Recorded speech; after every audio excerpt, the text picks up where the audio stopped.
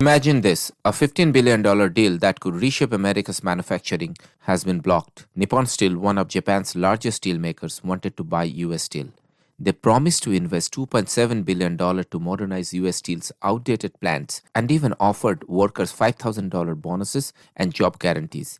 Sounds like a win for the US, right? But President Biden stepped in and stopped the deal. This decision has sent shockwaves throughout the manufacturing sector and raised questions about the future of American industry.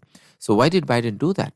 And what does this mean for the future of American steel, jobs, and economy? In this next few minutes, we will break down the significance of this deal, the impact of this cancellation, and the long term consequences for the US economy at large, and of course, the politics behind this decision. So, what was this deal all about? Nippon Steel's $15 billion offer wasn't just about a company buying another. It was about reinvesting in America's heartland. US Steel's plants are old, some are over 100 years old. Without investment, they risk becoming obsolete. Nippon Steel promised to put $2.7 billion to modernize its whole manufacturing ecosystem and embracing a smart manufacturing. That would have improved efficiency and helped US Steel stay competitive globally. And it wasn't just about machines. They promised workers each $5,000 bonuses, job guarantees, no layoffs, and to honor existing union agreements. This would have been a massive boost for American workers. But the deal wasn't just important for steel, it had a global implications. Nippon Steel's investment would have strengthened ties with Japan, a key ally in the Pacific. As tension rises with China, the US needs its allies more than ever. Imagine a steel giant so massive it could reshape the global industry. That's what we almost had with Nippon Steel and US Steel merger. This deal would have created the world's third largest steel producer, a titan capable of producing over 86 million tons of steel annually. For Nippon Steel, this was the golden ticket into the North American market, but for US Steel, it meant more than just money. It was a lifeline, promising a much needed technological modernization for their aging plants. Think about it. $2.7 billion in fresh capital was on the table to modernize. That's not just a number. It's job, it's innovation. It's America staying competitive in a cutthroat global market. Pause this video and examine the entire timeline of this development. Witness firsthand how it was systematically crushed by the political leadership of the United States and the Union. Let's talk about what could have been. So, what impact would this deal have created? First, jobs. The deal wasn't just about saving US Steel, it was about securing thousands of American jobs. Nippon Steel promised not just to protect existing jobs but to create new ones. In an industry where layoffs are all too common, that's like finding a golden ticket. For workers, this deal was a potential goldmine. We were talking about $5,000 bonuses and job guarantees. Second, modernization. The $2.7 billion investment wasn't just going to line executives' pockets. It was earmarked for modernizing US Steel's facilities, some of which have been around since the 1990s. The US Steel's plants are aging and they need significant upgrades. Nippon Steel's investment would have helped US Steel industry stay competitive, especially as the world shifts to greener and more sustainable practices. Third, competitiveness. But the benefit went beyond the US Steels. This deal could have supercharged America's competitiveness in the global steel market. With access to Nippon Steel's cutting-edge technology, we could have seen a renaissance in America's steel production. Number 4, electric vehicles. With electric vehicles becoming the future, US Steel plays a crucial role in producing steel for EV markets. And Nippon Steel investment would have helped strengthen the US position in the global electric vehicle market, something American automakers wanted. So, in short, it was a deal that would have put the US steel industry back on the map, made America cars cheaper, and created jobs across the country. So what happens now that the deal has been cancelled? Let's face the harsh reality. The immediate impact was an almost 7% drop in US steel stock. That's a huge hit for the investors. Over the past years, US Steel shares have dropped by nearly 38% since the Nippon Steel deal was first announced and the chaos around it has started. US Steel executives have warned that without this deal, plant closures could be on the horizon. Investors are worried that the company might sell off parts of itself or even go bankrupt. That's not just numbers on the spreadsheet. That's entire communities at risk. This could lead to plants closure, and job losses. That's bad for overall American workers. So, what is the long-term impact? The ripple effects go even further. Without this investment, US Steel might and most probably will struggle to modernize its facilities. In an industry where efficiency is king, failing behind technologically is a death sentence.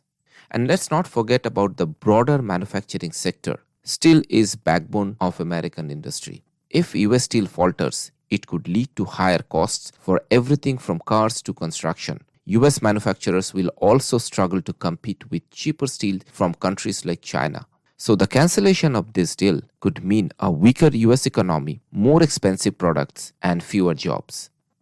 This deal carries far-reaching geopolitical and economic consequences that extend well beyond the steel industry. For a deeper understanding, feel free to pause this video and explore the details provided. But all is not lost. How can we revive US manufacturing? Manufacturing sector can still strive, but it needs a new playbook. Let's break it down. First, we need to double down on automation and technology.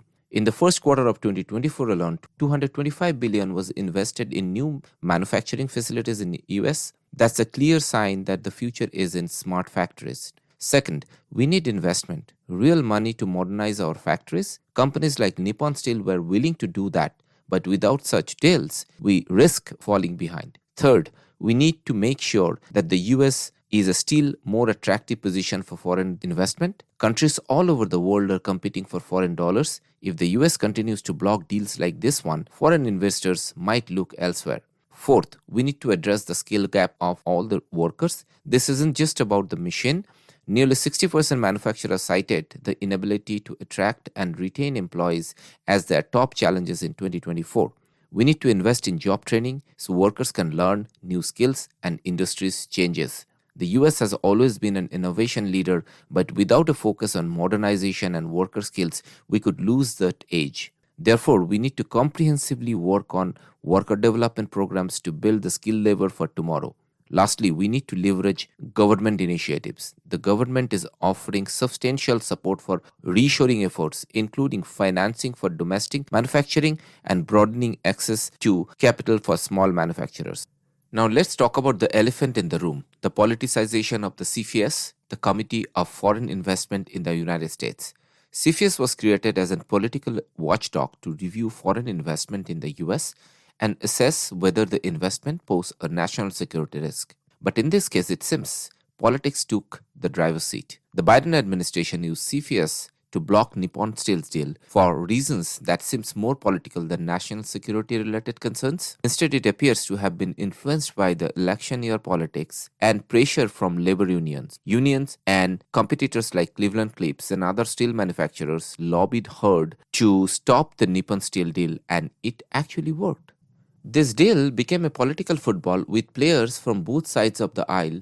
President Biden, who had long opposed the deal, made the final call to block it, fulfilling a promise he made in March 2024.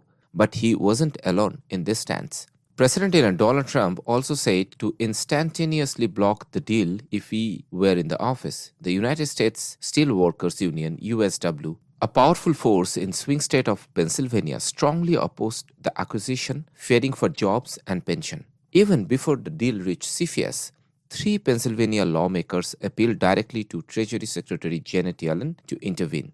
As the process unfolded, Vice President Kamala Harris and incoming Vice President J.D. Vance both publicly advocated for keeping U.S. Steel under American ownership. This political pressure put CFIUS in a very difficult position. The committee, designed to be an apolitical body focused on national security concerns, found itself at the center of a heated political debate. When CFIUS failed to reach a consensus, the decision landed squarely on President Biden's desk, and turning what should have been a security assessment into a political calculation.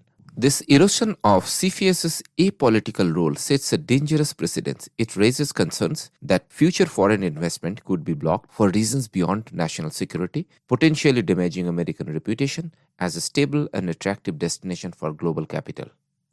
In this high-stakes game of Nippon Steel and US Steel deal, United Steelworkers Union emerged as a powerful player. USW constantly opposed the acquisition, citing concerns about national security and the future of US steel facilities. Behind the scene, the union agenda went beyond just protecting jobs. By blocking foreign ownership, the USW aimed to maintain its bargaining power and influence over US steel. They feared Nippon Steel might not only honor existing labor agreements, and they preferred the possibility of a domestic buyer like Cleveland-Cliffs. The USW's political clout was evident as they successfully lobbied politicians, particularly in swing states like Pennsylvania. Their stance influenced both President Biden and President-elect Trump, who aligned with the union in opposing the deal. While the USW claimed to prioritize long-term job security, people are arguing that their opposition would potentially harm US Steel's competitiveness and ability to modernize. The union's actions highlight the complex interplay between labor interests, national politics, and global business in today's steel industry. See, the fallout from this decision could be far-reaching. When foreign companies see deals like this being blocked, they might start thinking twice before investing in the US. If investors cannot trust that their investment will be treated fairly and objectively, they might look elsewhere. The US has long been seen as a safe haven for foreign investment, but that reputation is now at risk. If foreign companies start to see the US as an unpredictable investment destination, and if the US becomes known for blocking deals based on political reasons, we could see the number drop dramatically. That's not just money, it's jobs, innovation, and economic growth. This does not just affect big corporations. Small and medium-sized manufacturers also gets affected, which make up the majority of US manufacturing, and they could lose out on crucial partnership and investments. As we wrap up, let's zoom out and look at the bigger picture. So what does all this mean for you? For everyday Americans, this deal's cancellation could lead to a higher price on goods, especially things like cars, appliances, and even construction materials that rely on steel. It also impacts your job and the jobs of others. The US economy thrives on industries like manufacturing. Without reinvestment, we're losing that edge, and that means fewer high-paying skilled jobs in the future, leading to socio-economic tension as well. This isn't just about steel or manufacturing, it's about America's place in global economy. We are at a crossroad. On one hand, we have the opportunity to lead in emerging industries like green technology and advanced manufacturing. On the other hand, we risk falling behind if we let short-term political considerations override long-term economic strategy. The choice is ours. Will we embrace the future of smart manufacturing, or will we retreat behind protectionist walls? The answer to that question will shape not just our economy, but our society for decades to come. So what do you think? Was blocking the Nippon deal the right move for America? Or should the US have welcomed this opportunity to modernize and grow its steel industry? The people working in these plants are really unhappy by this decision of President Biden. They feel if the US Steel doesn't merge with Nippon, the company will shut down for good. The truth is, the high-paying jobs and great benefits they used to have just aren't realistic anymore. The union refuses to see how much the rest of the job market has changed. Other companies aren't offering the same pay, benefits, or pension, so US Steel can't keep up. Now the company is struggling and needed this deal to stay alive. But what can you do? Stay informed, engage with your local representative, support policies that promote innovation and fair competition. The future of American manufacturing isn't just in the hands of CEOs and politicians. It's in your hand too, because you have the voting power. Together, we can build a stronger, more resilient manufacturing sector for the 21st century. So let us know in the comment, do you think US Steel and manufacturing have a future, or are we facing a tough road ahead? Thanks for watching.